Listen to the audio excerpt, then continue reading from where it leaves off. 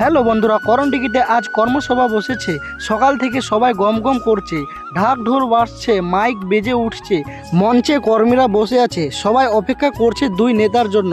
হঠাৎ ঘোষণা এলো, রাজবংশের নেতা বংশীবদন আর মোহনলাল আসছেন।